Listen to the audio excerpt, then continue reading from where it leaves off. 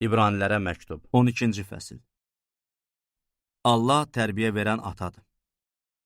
Buna görə bu qədər böyük şahidlər buludu ilə əhatə olunduğumuz üçün biz hər bir yükü və bizi asanlıqla çaşdıran günahı tərk eləyib, qarşımızdakı yarışda dözümlə qaçaq. Gözümüzü imanımızın banisi və kamilləşdiricisi olan İsa'ya dikək. O, qarşısına qoyulan sevincə görə rüsvayçılığı heç sayıb, çarmıxa çəkilməyə tab gətirdi və Allahın taxtının sağında oturdu.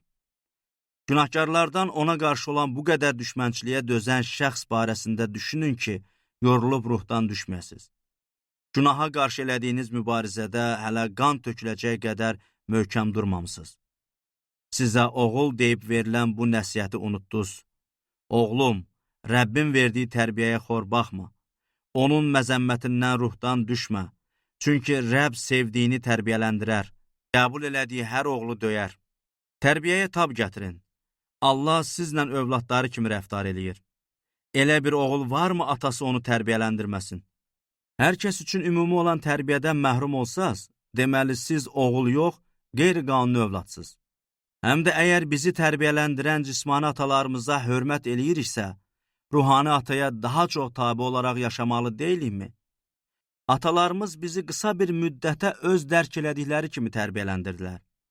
Amma Allah onun müqəddəsliyinə ortaq olaq deyə bizi xeyrimiz üçün tərbiyələndirir. Hər tərbiyə isə indiki vaxt sevinç deyil, kədər verən bir şey kimi görünür. Amma sonradan bu yolda yetişdirilənlərə salihliyin dinclik səmərəsini hasil eləyir. Buna görə yorğun əllərinizi qaldırın və zəifləmiş dizlərinizi gücləndirin. Ayaqlarınız üçün düz yollar seçin ki, axsaq bədən üzvləriniz yerindən çıxmasın, əksinə sağalsın. Allahın lütfünü rədd eləməyin. Hamı ilə birlikdə sülh içində yaşamağa və müqəddəs olmağa can atın. Çünki müqəddəsliyə nail olmadan heç kim Rəbbi görməyəcək.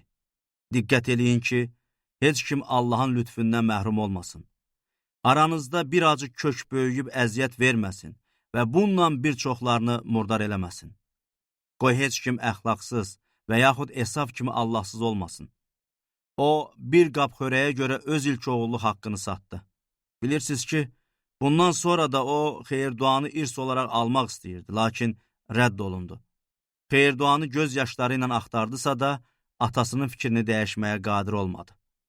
Siz toxunula bilən, odla yanan bir şeyə, qaranlığa, zülmətə, qasırğıya, şeypur gürültüsünə və kəlam söyləyən səsə yaxınlaşmadınız.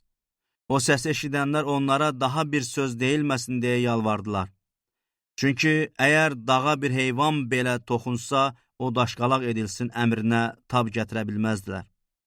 Bu mənzərə o qədər qorxunc idi ki, Musa, mən dəhşət və lərzə içindəyəm, dedi.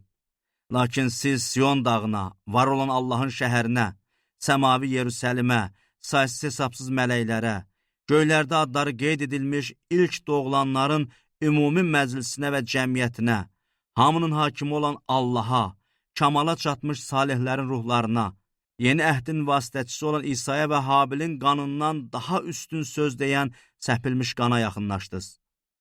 Bunu deyəni rədd eləməyəsiz deyə diqqətli olun. Çünki əgər yer üzündə xəbərdarlıq eləyəni rədd eləyənlər cəzadan qaça bilmədilərsə, biz göylərdən xəbərdarlıq eləyəndən üz döndərsək, cəzadan qaça bilməyəcəyimiz daha çox yəqindir. O vaxt onun səsi yeri sarsıtdı. Amma indi mən bir dəfədə yalnız yeri yox, göyü də lərzəyə gətirəcəyəm, deyə vəd eləmişdim.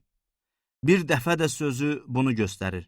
Sarsıla bilən, yəni yaradılmış şeylər aradan qaldırılacaq ki, sarsıla bilməyənlər daim var olsunlar. Buna görə sarsılmaz padşahlığa nail olduğumuz üçün minnətdar olaq. Belə ki, möminlik və ehtiramla Allaha məqbul tərzdə ona ibadət eləyək. Çünki Allahımız yandırıb yaxan alovdur.